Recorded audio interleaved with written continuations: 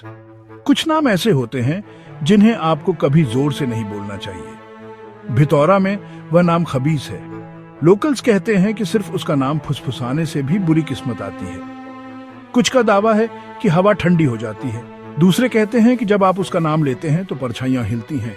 डर असली है, यह हवा में कोहरे की तरह चिपका हुआ है। खबीस एक भूत है, लेकिन किसी और की तरह नहीं। वह दिन के उजाले में नहीं दिखता है, वह आग की चमक में नहीं दिखता है, वह केवल घोर अंधेरे में दिखता है। जब सारी रोशनी मर जाती है तो वह आता है। जब वह आता है तो कोई गायब हो जाता है, केवल एक कटा हुआ कान पीछे रह जाता है। यह उसका कॉलिंग कार्ड है। लोग दबी आवाज में कहानियां सुनाते हैं। रात होते ही वे कांपते हैं। वे अपने दरवाजे 2 बार चेक करते हैं। भितौरा में बच्चों को सिखाया जाता है कि सूर्यास्त के बाद कभी बाहर न घूमें। वयस्क भी जब शाम ढलती है तो खेतों से बचते हैं। ये खबीस की कहानी है, एक कहानी जो सिर्फ डर की नहीं बल्कि एक श्राप की है, जो हर बार उसका नाम लेने पर और मजबूत होता जाता है। और आज रात अंधेरा पहले से कहीं ज्यादा गहरा है। भितौरा पुराना है, याद से भी पुराना। यह गांव बिहार के बीच में है, जो घने जंगलों और अंतहीन खेतों से घिरा है। यहाँ बिजली नहीं है। जब सूरज ढलता है तो अंधेरा सब कुछ निगल लेता है। गांव वाले लालटेन जलाते हैं, लेकिन उनकी चमक कम होती है। परछाइयां लंबी और पतली खींचती हैं। कभी कभी वे अपने आप चलती हुई लगती हैं। घर मिट्टी और ईंट के बने हैं। सालों के वजन से छप्पर की छतें कराहती हैं। धूल भरी गलियां घरों के बीच से घूमती हैं। हवा में मिट्टी, धुएं और कुछ प्राचीन की गंध आती है। रात में केवल मेंढकों की आवाज और हवा की फुसफुसाहट सुनाई देती है। यहाँ के लोग सादा जीवन जीते हैं। वे खेती करते हैं, वे प्रार्थना करते हैं, लेकिन वे अंधेरे को कभी नहीं भूलते।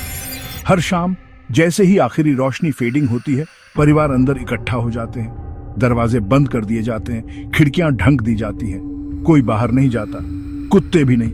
यह एक ऐसी जगह है जहां परछाइयां राज करती हैं, जहां कहानियां आपके पैरों के नीचे की जमीन से ज्यादा असली है, और जहां अतीत कभी सच में मरता नहीं। हर गांव की अपनी किंवदंतियां होती हैं। भितौरा की सबसे ज्यादा डरावनी है। बड़े बुजुर्ग कहते हैं कि खबीस कभी इंसान था, एक आदमी जो काले जादू की तरफ मुड़ गया, एक आदमी जिसने अपनी आत्मा खो दी। वह अब गांव में घूमता है, पेड़ों और घरों के बीच भटकता है, शिकार की तलाश में, हमेशा अंधेरे में। कोई खबीस को देखकर जिंदा नहीं बचता कि कहानी सुना सके। उसके शिकार बिना किसी निशान के गायब हो जाते हैं, सिवाय एक चीज के। एक इंसान का कान ताजा कटा हुआ वहीं छोड़ दिया जाता है जहां वह व्यक्ति आखिरी बार खड़ा था। कभी कभी कान दरवाजे पर मिलता है, कभी कभी खेत के बीच में, हमेशा अकेला, हमेशा साफ, जैसे अदृश्य हाथों से तोड़ा गया हो।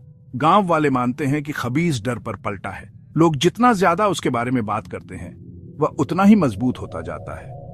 कुछ कहते हैं कि उसे रोशनी से नफरत है। वह मशालें बुझा देता है, लालटेन तोड़ देता है और आग बुझा देता है। वह चुपचाप चलता है, लेकिन कभी कभी आपको एक फुसफुसाहट सुनाई देती है, एक फुफकार या कबूतर के पंखों की फड़फड़ाहट। कोई उसे चुनौती देने की हिम्मत नहीं करता, कोई लड़ने की कोशिश नहीं करता। वे बस प्रार्थना करते हैं कि वह उन्हें छोड़ दे, लेकिन प्रार्थनाएं हमेशा काफी नहीं होती हैं। राघव भितौरा से नहीं था। वह पटना में पैदा हुआ था। शहर की रोशनी और व्यस्त सड़कों के बीच पला बढ़ा था। वह डॉक्यूमेंटरीज बनाता था, भूतों, मिथकों और अनसुलझी चीजों की कहानियां। जब उसने भितौरा और खबीस की किंवदंती के बारे में सुना तो उसे पता था कि उसे खुद देखना होगा। उसने अपना कैमरा, अपना रिकॉर्डर और सवालों से भरी एक नोटबुक पैक की। वह एक छोटे क्रू के साथ आया। कॉलेज के 2 दोस्त, दोनों अलौकिक का सबूत खोजने के लिए उत्सुक थे। वे डस्क से ठीक पहले पहुंचे। उनकी कार धूल भरी सड़क पर खड़खड़ा रही थी। गांव वाले उन्हें वेरी आंखों से देख रहे थे। अजनबी यहाँ रेयर थे। अजनबी जो खबीस के बारे में पूछते थे वे और भी रेयर थे। राघव ने अपनी इक्विपमेंट पुराने स्कूल घर में लगाई। वह सब कुछ कैप्चर करना चाहता था, चेहरे, आवाजें, डर। उसने 1 हफ्ते रुकने की योजना बनाई। उसने सोचा कि वह तैयार था। उसने सोचा कि वह जानता था कि वह क्या खोज रहा था। लेकिन भितौरा दूसरे गांवों जैसा नहीं है। यहाँ अंधेरा जिंदा है और कुछ चीजें न देखी जाएं तो बेहतर है। राघव के पहुंचते ही उसने डर महसूस किया। यह लोगों के बोलने के तरीके में था, फुसफुसाहट में, कभी चिल्लाकर नहीं। यह उनके कंधे पर नजर डालने के तरीके में था, जैसे कि अंधेरे से कुछ कूदने की उम्मीद कर रहे हों। सबसे बहादुर आदमी भी अंधेरा होने के बाद खबीस के बारे में बात करने से इनकार करते थे। राघव ने गांव वालों का इंटरव्यू लेने की कोशिश की। ज्यादातर ने इनकार कर दिया। कुछ ने जमीन पर थूक दिया और चले गए। कुछ बूढ़े और थके हुए ने उसे कहानियां सुनाई। उन्होंने उन मशालों के बारे में बताया जो आधी रात में बुझ गई, उन लोगों के बारे में जो खेतों में भटक गए और कभी वापस नहीं आए, पागलपन के बारे में। पुरुषों ने खबीस को देखा और अपना दिमाग खो दिया। जब तक उनकी आवाज टूट नहीं गई तब तक चिल्लाते रहे। एक महिला जिसकी आंखें लाल थीं ने राघव से जाने की भीख मांगी। उसे कैमरे से नफरत है, उसने फुसफुसाया। उसे दिखना पसंद नहीं है, वह तुम्हारे लिए आएगा। राघव मुस्कुराया, यह सोचकर कि यह सिर्फ अंधविश्वास था, लेकिन उसका क्रू अनईजी था।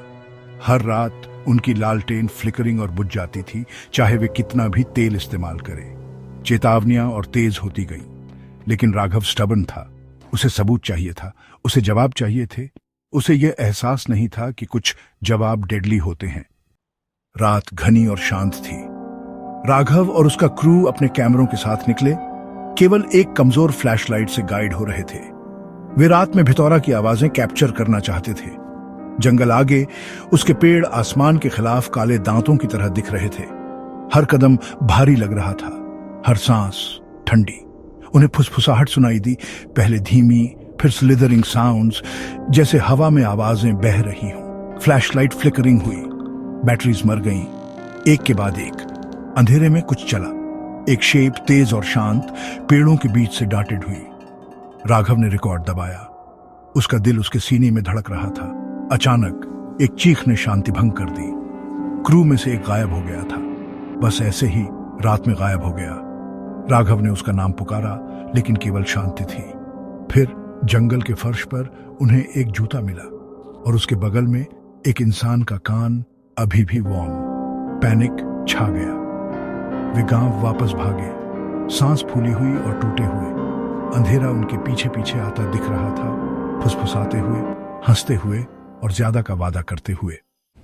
उस रात राघव सो नहीं सका। जब उसने अपनी आंखें बंद की तो नाइटमेयर्स आए। अपने सपनों में उसने एक चेहरा देखा, जला हुआ, मुड़ा हुआ और गुस्सा। त्वचा झुलस गई थी, कच्चा मांस दिखाने के लिए छिल रही थी। आंखें काले छेद थीं, सीधे उसे घूर रही थी। चेहरे के चारों ओर कबूतर के पंख तैर रहे थे, सफेद और भूरे, खून से सने हुए। ड्रीम असली लग रहा था। उसे जलते हुए मांस की गंध आ रही थी। उसे पंखों के फ्रैंटिक फड़फड़ाने की आवाज सुनाई दे रही थी। जला हुआ आदमी उसका नाम फुसफुसा रहा था, राघव। बार बार आवाज आग की तरह क्रैकलिंग कर रही थी। राघव पसीने से भीगा हुआ उठा, दिल ड्रम की तरह धड़क रहा था। उसने ड्रीम को झटकने की कोशिश की, लेकिन इमेज बनी रही। हर बार जब उसने पलक झपकाई तो उसे जला हुआ चेहरा दिखा। हर बार जब हवा सरसराती तो उसे फुसफुसाहट सुनाई देती। उसका कैमरा उसके बिस्तर के पास चलता हुआ छोड़ा गया था। उसने अजीब आवाजें पकड़ी, स्क्रैचिंग, हिसिंग, पंखों की फड़फड़ाहट। राघव तब जानता था यह कोई साधारण भूत नहीं था। खबीस असली था और वह गुस्से में था। जवाबों के लिए बेताब राघव ने गांव के सेज से मुलाकात की। बूढ़ा आदमी अकेला रहता था, जंगल के किनारे पर। उसकी झोपड़ी जड़ी बूटियों, हड्डियों और फीके चाम से भरी थी। उसकी आंखें क्लाउडी थीं, लेकिन वह किसी और से ज्यादा देखता था। सेज ने धीमी आवाज में बात की। उसने राघव को खबीस की सच्ची कहानी बताई। बहुत पहले भितौरा में एक सॉर्सरर था, पावर के लिए भूखा। उसने एक टेरिबल चॉइस की। उसने अपनी मां को जिंदा जला दिया, यह मानते हुए कि उसकी मौत उसे ताकत देगी। लेकिन आग उसी पर पलट गई। इसने उसका चेहरा, उसकी आत्मा, उसका नाम ही जला दिया। सॉर्सरर मर गया, लेकिन उसकी आत्मा श्रापित हो गई। अंधेरे में फंसकर वह खबीस बन गया, एक मॉन्स्टर जो डर पर पलटा है। वह अपने शिकार के कान ले लेता है ताकि वे अपनी आत्माओं के लिए प्रार्थनाएं कभी न सुन सकें। कबूतर के पंख, वे उसके काले जादू का निशान है जो बुराई को बुलाने के लिए इस्तेमाल किया जाता है।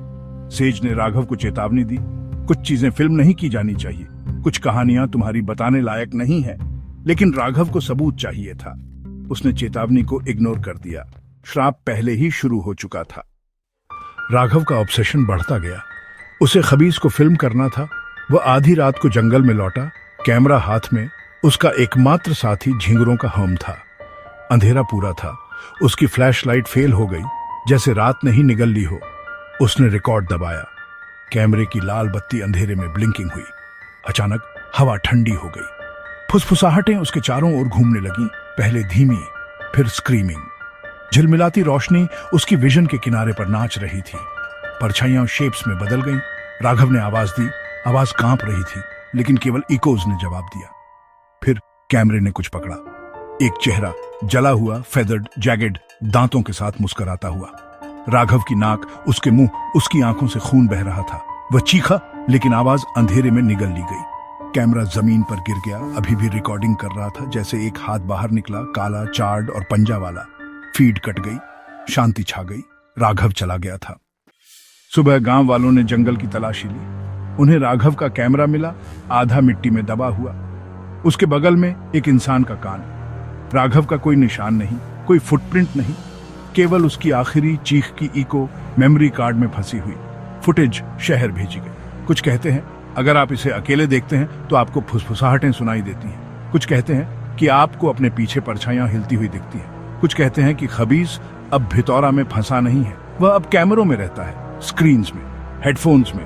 तो अगर आप कभी राघव का आखिरी टेप देखें तो ध्यान से सुनें। अगर आपको फुफकार सुनाई दे या कबूतर के पंखों की फड़फड़ाहट तो इसे बंद कर दें। अंधेरे में न देखें, उसका नाम न लें, क्योंकि खबीज देख रहा है और वह हमेशा भूखा है। श्राप असली है और कहानी खत्म नहीं हुई है, ये तो अभी शुरू हुई है।